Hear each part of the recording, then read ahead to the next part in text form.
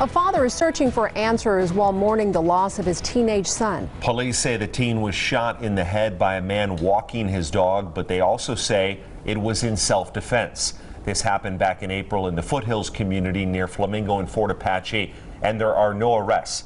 Victoria Saha joins us live in our newsroom with this 8 News Now exclusive.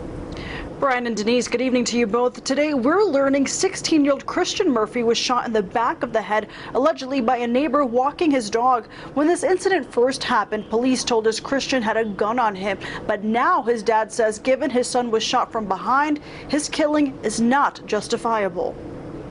This is really tough as a father to lose your son. Philip Murphy is struggling to find the answers as to why a neighbor pulled the trigger on his son. He shot my child in the back of the head, and he needs to be punished for it. On the morning of April 11th, Murphy says Christian and his older brother got into an argument. Christian took his brother's gun and went outside. The two continued arguing when a neighbor walking his dog got involved. Neighbor that lives on the next street over from where my kids grew up at to try to tell them to get on the ground. And I don't know why he thought that it was right to take it in his own hands and act as a police officer. Murphy says both of his sons got onto the ground, but then his older son realized this man wasn't a cop and ran back in, leaving just Christian on the ground complying. Seconds later, there was a shot fired.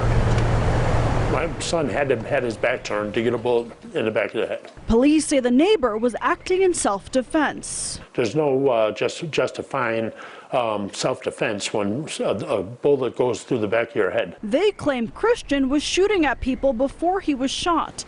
We went to the neighbor's house to get his side of the story, but were turned away. I'm going to get answers. I'm going to fight for my son. I'm going to get answers, and I'm not done. Christian was taken to the hospital where doctors determined the bullet caused too much damage and his father had to take him off of life support.